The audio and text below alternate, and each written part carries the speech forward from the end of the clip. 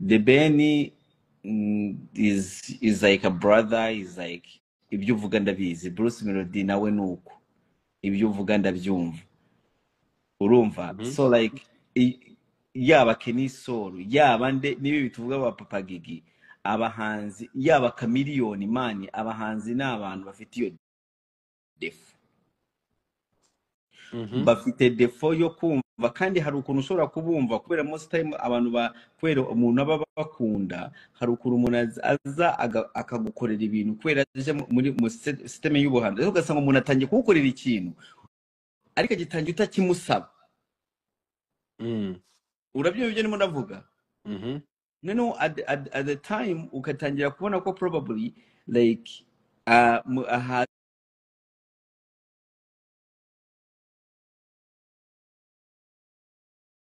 ubundi muntu arimo aragukorera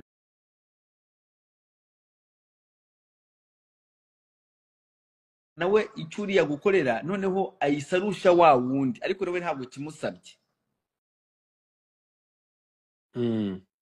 Noneho umuhanzi ari umuntu urenze bagomba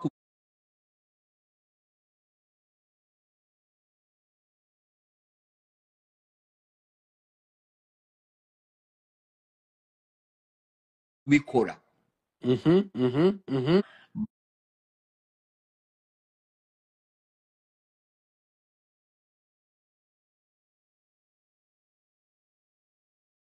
Bagomba kubikora noneho, cyangwa akaba yumva ko urumva kubera azi ko uri umufana kandi waje, ariko ibyo ngibyo bikaza bikahita byikira abahanzi cyane cyane badafite management. Kubera nk'ubu ngubu biragoye cyane, nagwa nka management because Wasafi is not a good management. Nagwa nka Avenue muri Uganda,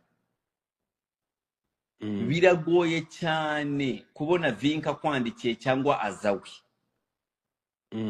cyangwa kugira ngo wumve ngo Winnie Nwagi ngo arakwandikiye bam ngo ni boro ya Winnie Nwagi. Baba bafite aba manager babo nabo ari abastari bakavuga ati ni manager Benoni, ni manager Chaze. Ni ukuvuga ko when you're going to, niba bagiye kuvuga ibintu bya Vinka, ni Chaze aza kukuvugisha. Niba na Spice Diana uraza kuvugana na manager Roge.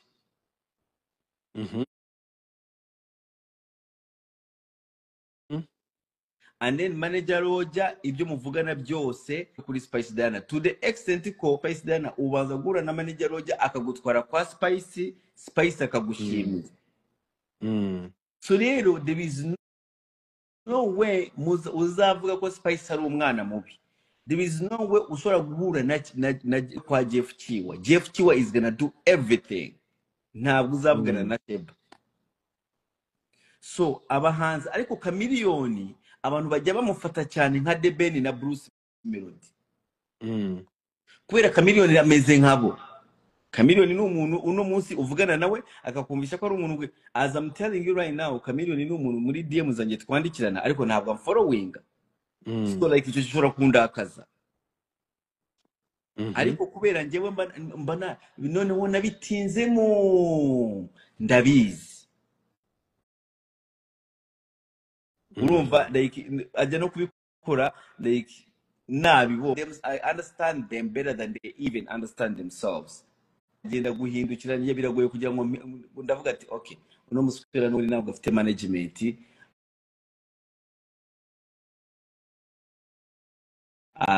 Probably ari muri Uganda no gufata telefone yanjye ntabwo aza kuyifata, ntabwo ngiye sasa ugasanga umuntu mushasha muri game arimo running ibintu bye abyegereje umutima. Tuve ku bafana urimo kumva mu buzima uko biri kose ntabwo igitangaza waba cyo cyose sibyo. Ugomba kugira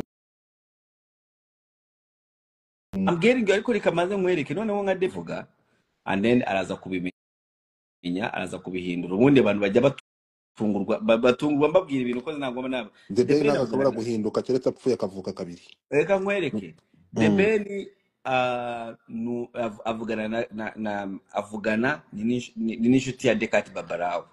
ndabizi. The Ben ni inshuti ya Dumba. Mm. The Ben ahamagara Kazungu ka boss.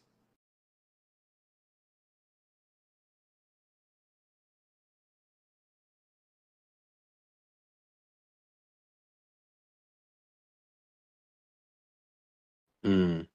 The Ben yarakuvugishaga nubwo mwashwanye. Rero nicyo kirakaza Kasuku cyane, urabona ko Kasuku afite ishaza. Ntabwo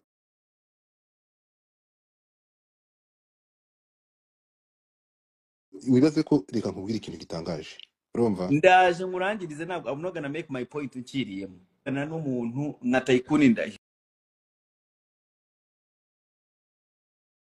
Ndahiro Tycoon avugana nawe. The Ben avugana na Rakeni, babe expectinga ko aza ku gupesa, aza kubaha ku mafaranga. So uravuze ngo bose, reka nkubwire ngo oya, nta munsi n'umwe nigeze ntekereza uretse gato Dumba. Naraye amajoro, urimo kumva? Naraye amajoro, urimo kumva? Then kora request Kamaro, urimo kunyumva musa? N'umwe mu gitekerezo cyanjye nigeze ntekereza ko The Ben naramusaba n'igiceri, sinzi kubyumvikana. Ariko mu buzima igihe umuntu anyeretse ko atari royo, ntabwo ndi royo nanjye. Ariko igihe umuntu Dumba, umuntu uzagira image ebyiri, turi kumwe? Urebye ikintu napfuye na The Ben ni ikintu n'amafuti. Ibi bintu by'umusore wafunzwe fata ku mavuta, turi kumwe? Kuryamana ntabwo ibyo bintu bikunda. Uri mu bantu nabangamiye, kuko fata ku mavuta yaragiye arangije aza kuri Twitter ngo I'm coming for you. Ndaceceka umwaka, ngiye njya ceceka ngategereza, ndamutegereza mufatire ejo bundi hariya. Abantu batanabizi buriya fata ku mavuta yafunzwe bitewe n'umuntu wagiye kumva space, umuntu wumvishe space w'umuyobozi aravuga ati umuntu ntari mu nazi ibyo nibiki ndi kumva, ndimo gukina bira ndaregwa ngo ntabazongera kwita baribu.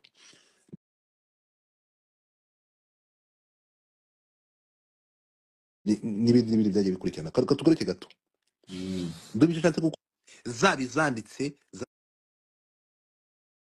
zaba ziri imbere.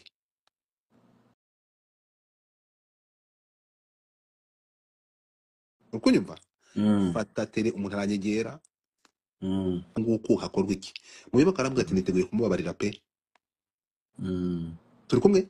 Niteguye kumubabarira nta kibazo, ariko kundi kamaze mbwira bagenzi banjye abo mbasha kwegera, arabahamagara. Abatipe baravuga ati niba atanditse nta kintu tuvugana nawe, yatuzonze igihe kirekire, niyandika akavuga ko ibyo amakosa yakoze asaba imbabazi. Turasaba turatakamba tuvuge ko twiba nta birego dufitemo. Umutipe yarabyanze, barabyanga bro, barinangira. Abanyamategeko bakavuga ati ni gute umuntu uri mu maboko y'inzego yandika yemera ibyaha, ntabwo bamurekura. Arandika, nagera hanze arandika, agende ku binyamakuru asaba imbabazi, yewe n'itangazamakuru arihagarike. Abatipe baranga, urukumagiye ko banyuzeho. Nta muntu ewe The Ben ntabwo yaragiye kurega fata ku mavuta, ntiyigeze amurega. Yafunzwe na space twakoze, inzego zikayumva, akumva ari ibigize ibyaha, baramuyora.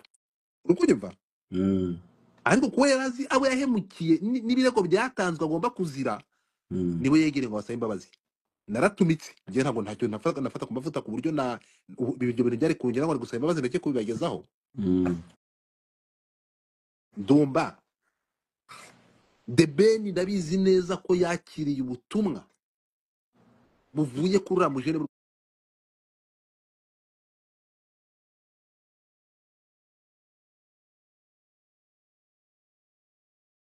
gutakamba ngo mubabarire bararuca bararumira barabyanga amasaha 2 ngo fata ku mavuta bamutware mu rukiko avuye kuri polisi yamaze icyumweru muri polisi abatumaho intumwa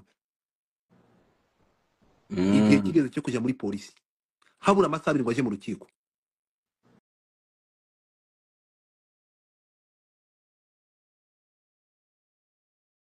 ngiye kubona mbona The Ben yanditse ku rukuta ngo ababariye fata ku mavuta ngo ari namusengera ngo nta kibazo so Dumba nzasigara ndi muri iyi si ndume ariko n'umunyamategeko afata ku mavuta avuga ati izo niba za nyirarureshwa umuntu wacyo amaze kugeza mu rukiko niba mu by'ukuri ufite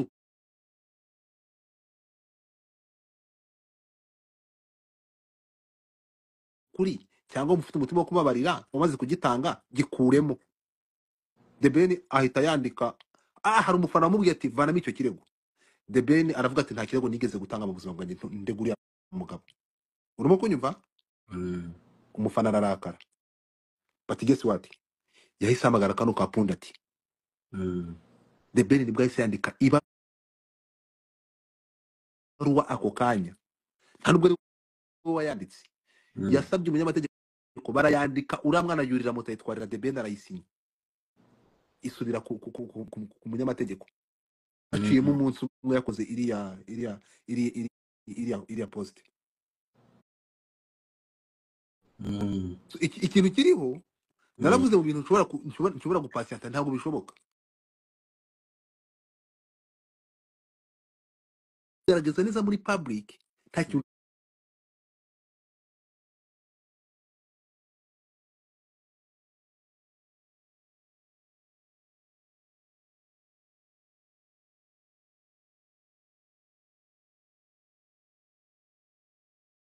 urafaka nta kintu na kimwe nigeze murakarira ariko ndavuga ibi bintu bishoboka bite ntabwo nabana ni wampaye nkayihagege DJ Geki tubenyorere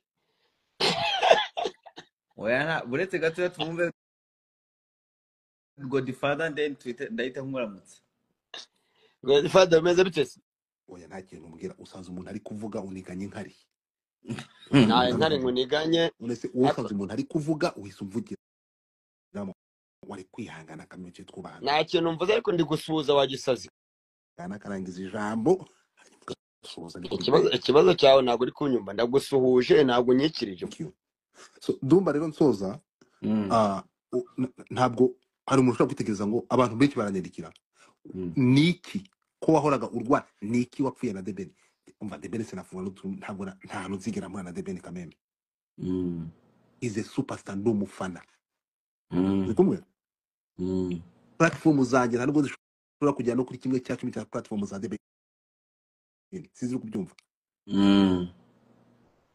ariko uko waba uremereye kose uwo waba uri we wese ntabwo ushobora gutsikamira amarangamutima yanjye cyangwa kunumva ibintu icyo nicyo kintu cyatumye ndakarura mujeni nicyo kintu cyonyine cyatumye ndakarura mujeni umufana we sizi uri kubyumva apare y'ibyo noneho kubera iyo mpamvu navuze ndi nkundi bihangano bye nzakomeza mbikunde mbikine mbiryoherwe turi kumwe ikintu cyababaje bakigese wati nyuma abantu bose n'inshuti ze ba hafi urukumva bure yagiye kwasaba imbabazi kurira Instagram yari yakoze yaragiye asaba Tom Close imbabazi ndabimenya asaba muyoboke imbabazi asaba bayingana imbabazi urimo kunyumva abantu bose bari bafite ahantu babure na kira kibazo baragenda abasaba imbabazi inde fata ku mavuta no The Ben abisaba abasabira imbabazi zikize abasaba imbabazi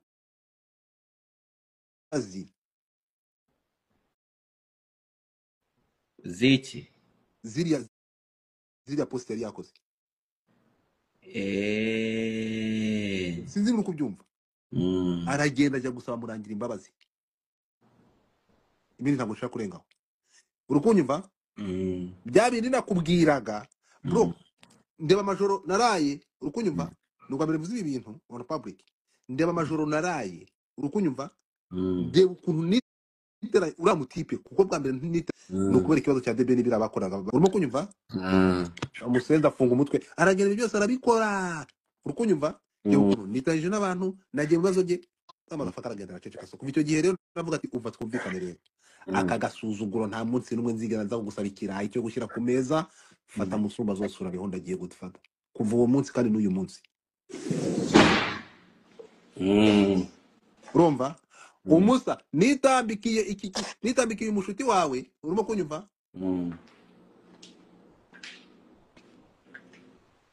iyi saga ya Honorine niba ari Honorine uyu mugore ninjye wayirangije bro ninjye wazanye ijambo ishyanga boxi ntabaravana mu box amani wambaye box y'umukara urumva ijambo ishyanga ndazana kubitara kugira ngo ibibazo birangire ati uyu mutipe yabereye imbwa kuva uwo munsi amaboko ndayamanika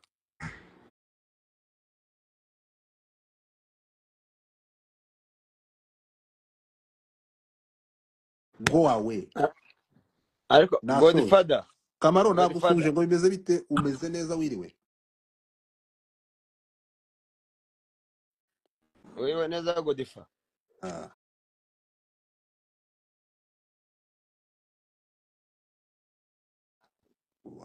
fresh muntu waje meze neza kabisa